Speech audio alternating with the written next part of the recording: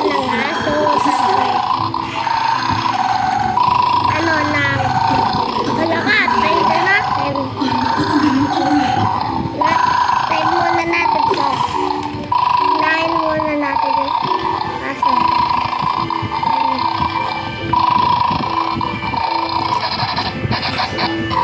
Oh, wow!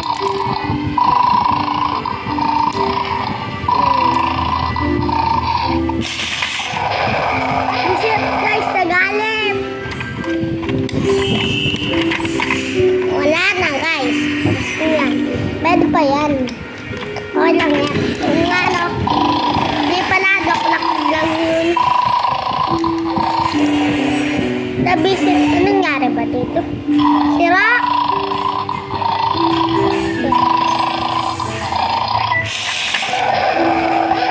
Yun, guys! Yahoo! Kaya natin natin. Guys, likot muna. Ayun na.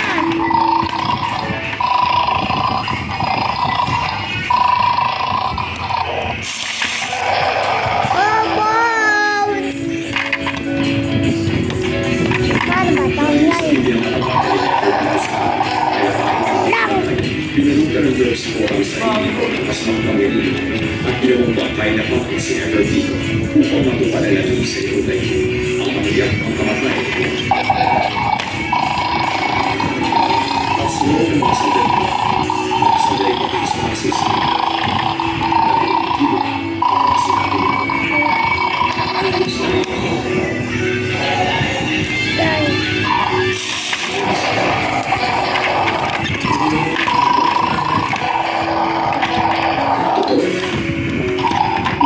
Mia, 7 is old. Na-basic ko na nakuha.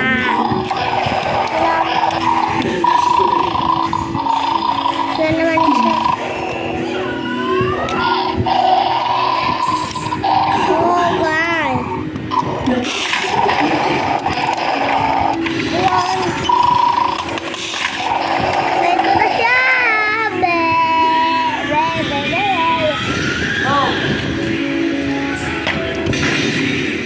Ngayon, tapos na siya. Bye-bye.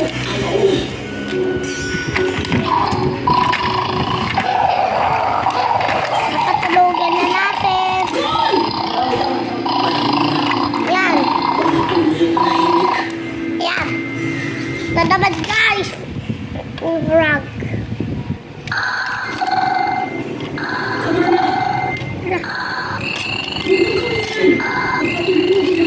Uy, dalawa.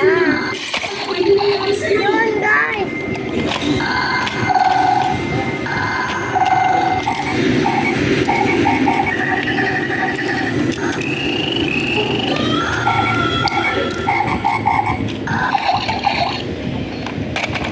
Guys, nasira. Pero gugawa lang yan. Wait lang.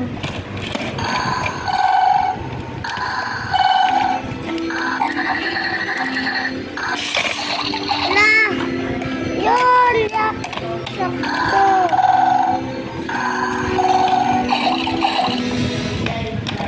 Lang, sira lang.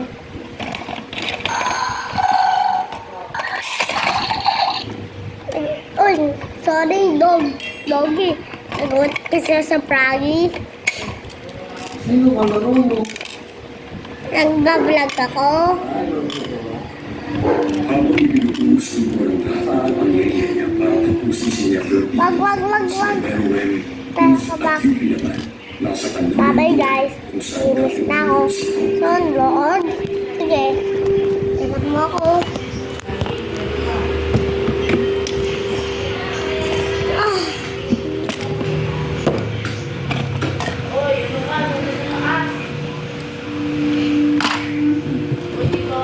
Ito na. Buti, meron. Matapos lang kami ito.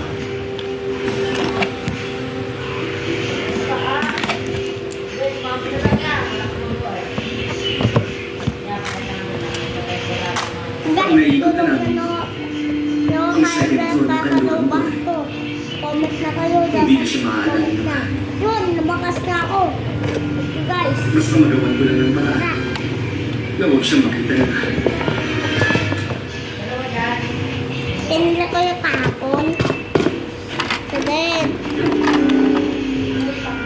pero dumating na yung kahapon.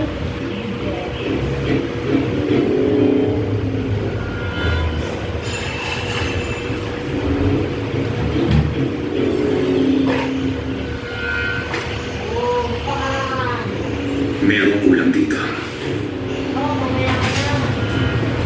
Pero, ano kaya yan?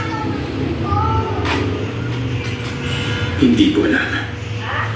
Ah. Oo, alam ko. Hindi ako magsasalita. Tama ka. Hindi natin dapat hayaan ang hari na makita ang babae yun. Mas maganda na ganito lang ang hari. Pakiramdam ko, parang meron talagang kulang sa lugar nito.